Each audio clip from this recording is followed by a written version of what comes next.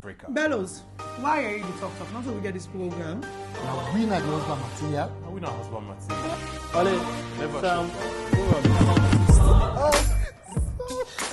are we good to go? And please, I would like you to speak English. I don't... Now, we always hear that the best story is a love story. This is not a love story, but this is a story about bachelorhood, about finding love, falling in love, falling out of love, heartbreaks, choosing that right person, and settling down. It is a story about being the best husband material. It is a story. Wait. Now we not the husband material. No, we're not husband material, Well, so no. always had good chances. Will you Of keep course. quiet? You're doing well. Thank you very much. Thank you very much. I am hoping that you see that my story is your story too. I mean, not falla. Then video where you see husband and wife cuddling. I mean, forget it. You just want to sleep. And somebody they breathe, man. You I'm happy somebody No. gets it. This is a conversation I just have all the time. Why want sleep? I want sleep. You want to. Now, as men, we don't always talk about love and relationships, but I wanted to go to that place. So today I have a very close friend of mine, one of the friends that haven't disappointed me. It take me grooming, what groom I take, I get other party the way, and all your reward today. And he himself is married, he's settled down. 2 years ago, going on 3 years, and we're here to talk about marriage, love, heartbreaks, and just the whole concept and notion of being a husband material. This is Johnny's 232, and on this episode I have with me my friend Ali Fona. You're welcome, Ali. Yes. And thank you for having me. I mean, I'm happy I took your grooming. I think it's the best thing I ever did. So, yes, I'm happy to be here. Good. So you've been married 2 going on 3 years. Indeed. Now there's, sometimes I recall when I was trying to settle down, I lived at home with my best friend Melvic. And when I told him I had met somebody, I told him we were getting married. That space of time, I think a few weeks after I met my wife, I told him, she's the one. This is the woman I'm going to marry. And he was scared. So many times, he would wake up in the middle of the night, he go, "Kanak me room do mot," and say, "Me man, you sure?" And for me, I think when I met my wife, conversations we had in the days and weeks after left me believing that this was the woman I wanted to spend my life with. I guess the question I would like to ask is, as a man, how do you know? How do you think you know? Because I know how I knew. I know what I felt. So, thinking of your wife, when you met her, you started talking. How did you know she was the one? So for me, it was a bit different, to be honest. And if I can say in one word how I knew, she was my friend.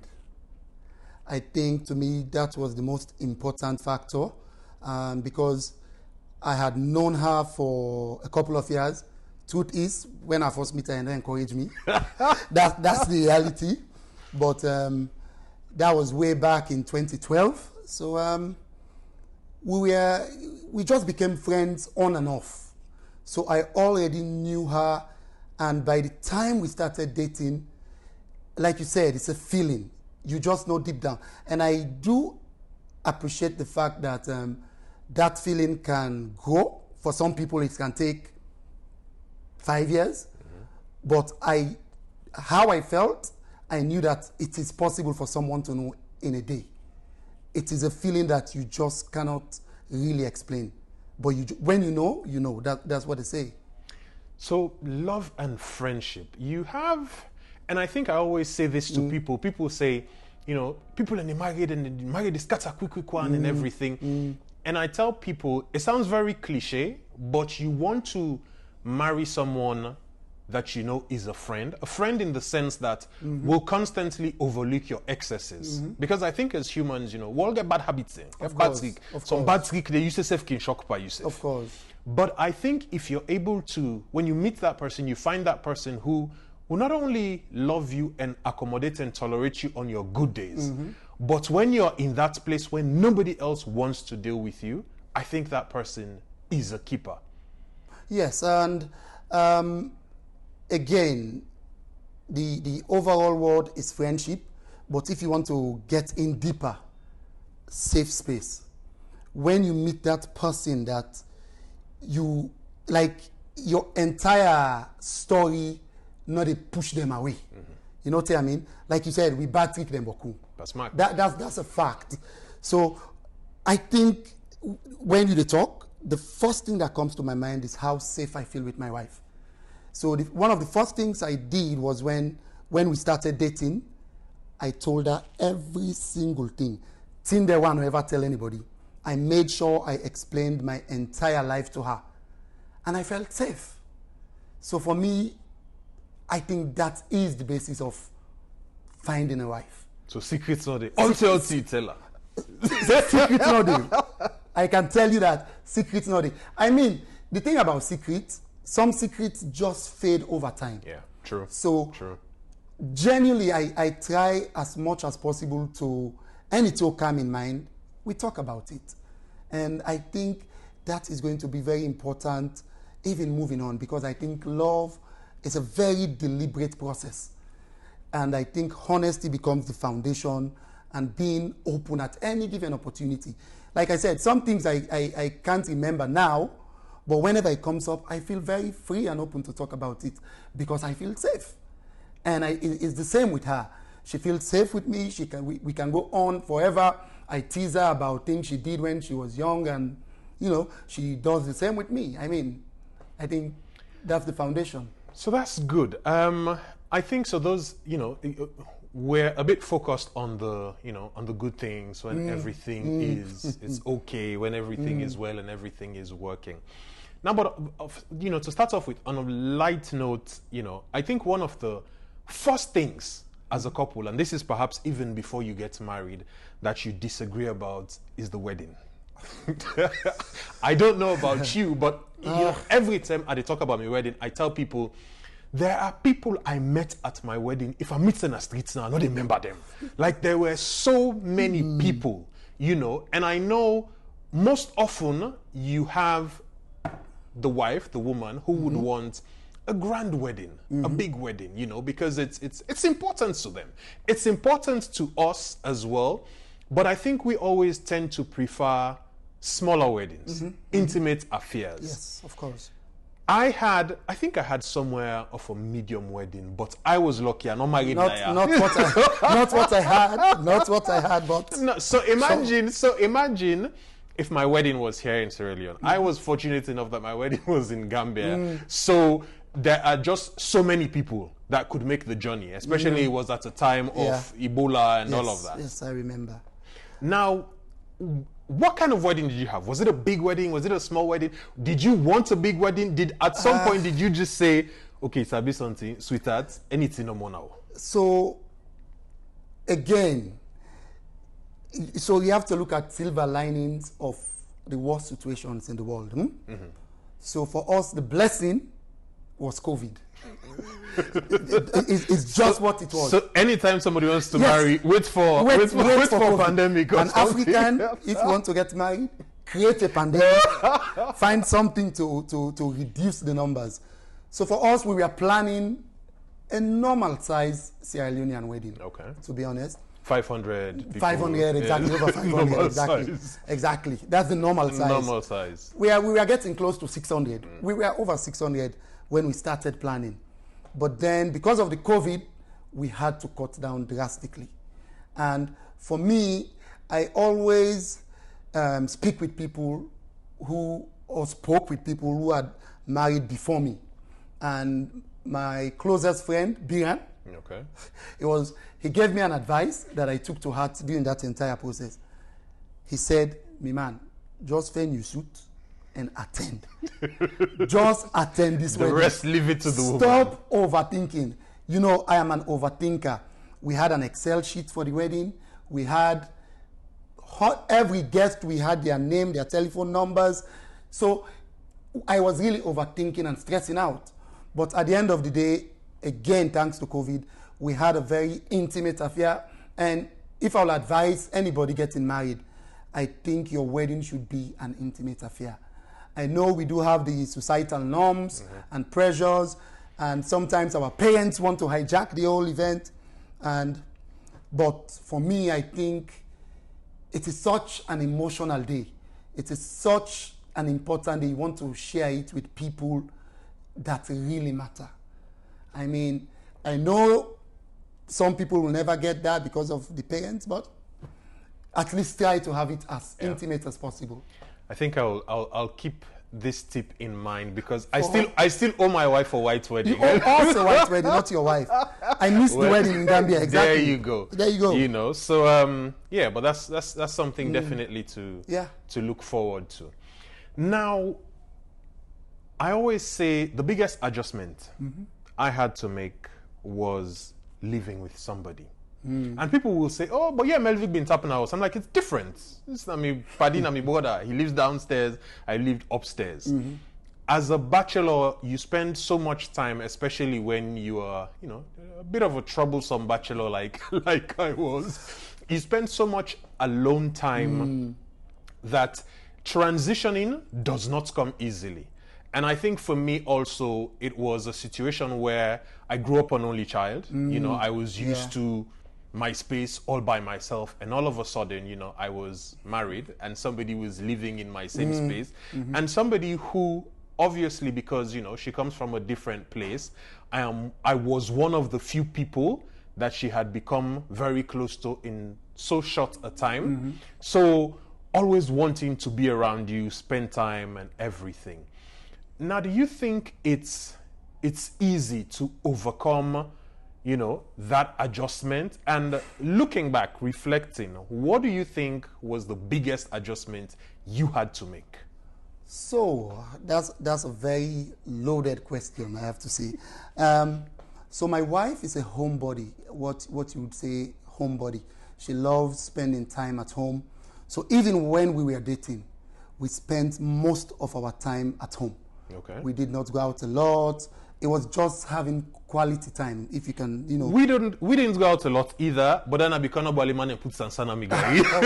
I can imagine. So we stayed home for the most part, but I get. But yes, so we spent a lot of time together when dating.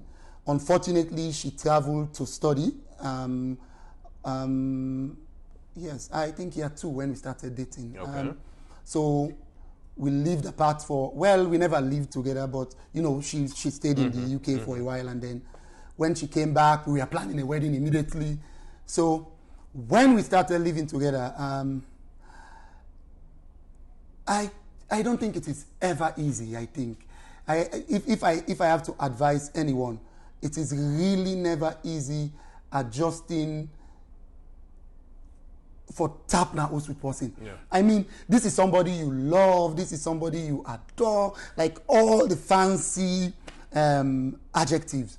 But when una begin sleep and wake every morning, I mean, when we started, you mentioned that all of us have our downsides. We don't bad trick them. Of course. I mean, I can only imagine, I'm talking from my own perspective now, but I can only imagine how difficult it was for her to adjust. I snore a lot to even start off with. I mean, the simplest things become such an issue. I was used to sleeping on my own for years, you know, and then all of a sudden somebody is on my bed. I mean, not Fala, then video that you see husband and wife cuddling. I mean, forget it. You just want to sleep. And somebody, they breathe me. I'm happy somebody gets... No. This is a conversation I have all the time. Why want sleep? You want sleep. I mean, we started, it was all lovey-dovey, but by the second or third week, you're like, I want sleep. I just want to sleep. So that adjustment can be really, really troublesome, because our habits manifest when we live. Your guard, you don't put yourself, everything you are you now. Yes. I always say when you watch Big Brother, like when we watch Big Brother, most of the times, you look at people and you start thinking, but what if somebody puts up an act, say this showdown?